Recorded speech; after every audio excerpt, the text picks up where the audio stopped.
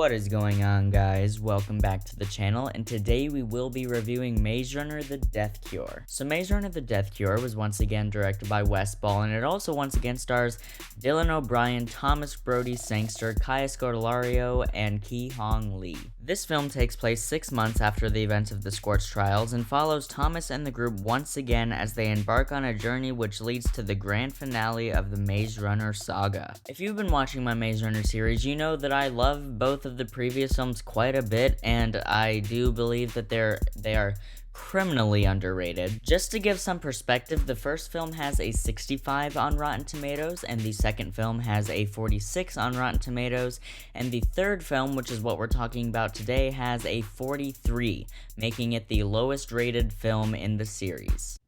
So what are my thoughts on what critics say is the worst film in the trilogy?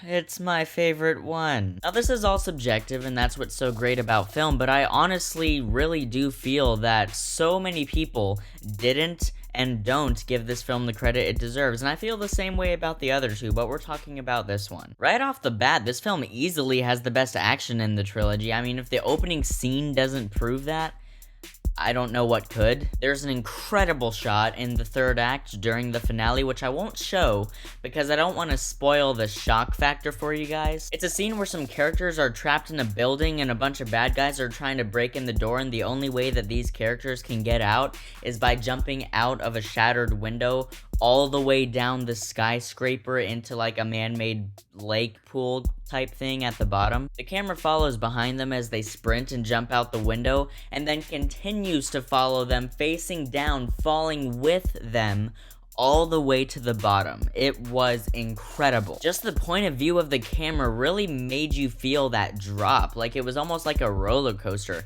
I didn't get to see this film in the theater, unfortunately, but I can't imagine what that must have been like, especially with that Dolby Digital surround sound. I also think this film is the most emotionally impactful in the series by far. All of the characters' arcs were so well handled, especially the arc between Newt and Thomas, which even just thinking about it, I'm getting emotional. Not to be overlooked, though, is Teresa's arc. The journey of her character throughout the series built to such a powerful moment of realization. It was such a great moment for her character. I loved it. You can tell that Wes Ball as director has really grown as well, because his direction of this movie, I have no problems with it. He is so talented. I want to see this guy direct an Oscar-winning movie. He needs to be recognized. He has such an exhilarating and adrenaline-pumping vision for this world that never lets you off the hook. You are constantly engaged, which is even more impressive when you realize that this movie is 2 hours and 23 minutes.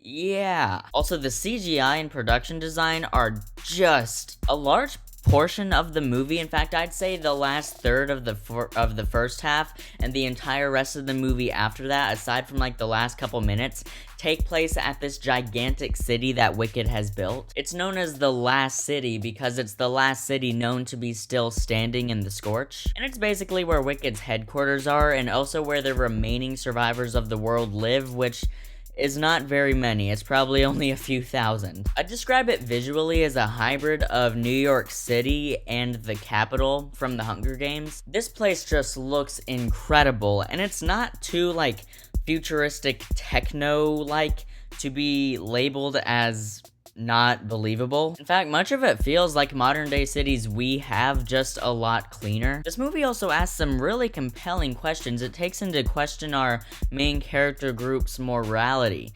Are they really doing the right thing? Should they be against Wicked? Maybe Wicked is good. I just love that it asks questions like that because, and I'm not going to spoil anything, but there is some information you get about Wicked. You see more insight, especially with Teresa, which I won't spoil anything again, but through her character, you really start to get some insight, and you begin to think, I don't know anymore. Maybe Wicked isn't that bad after all. And that made for some really good moral ambiguity within our characters' heads. Now, a lot of people have complained about how this film ends, how it all wraps up. They say it's unsatisfying, that it doesn't feel conclusive. I personally don't agree with any of those statements. I thought the ending was perfect. I thought it was extremely well handled, and it doesn't end on a depressing note. How often does a movie adapted from a YA novel not end in a depressing way, excluding Harry Potter? Did you think this was gonna be some trash like Empire Strikes Back? Pathetic. No. This is an anti-negative ending. Disclaimer, I love Empire Strikes Back. That was for humor's sake, so you can stop typing that hateful comment, you worthless. So guys, in the end, I love Maze Runner: The Death Cure. I think it's massively underrated, just like the previous two films. And yes, you heard me right at the beginning of this video. It is my favorite film of the trilogy. And I have no shame whatsoever in giving Maze Runner: The Death Cure an A. Now, I didn't go over any negatives, so you might be wondering why I didn't give it an A+.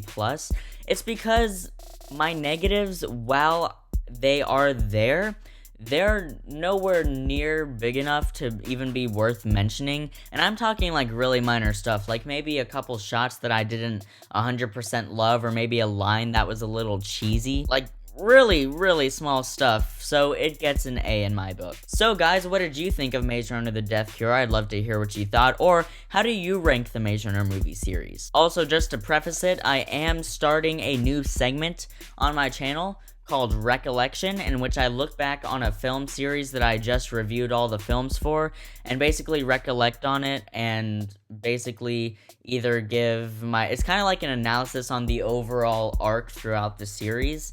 If it's a movie series that I hate, and I just wanted to review it to have some not great reviews on my channel, I will still do a recollection talking about how horrible it is. But yeah, I just thought that'd be a really cool idea, and I love doing narration pieces, because while I do love being here and you guys being able to see me and all this stuff, I do love being really close to the microphone and giving really in-depth, very satisfyingly soothing narration pieces as well. So I'm going to be doing that.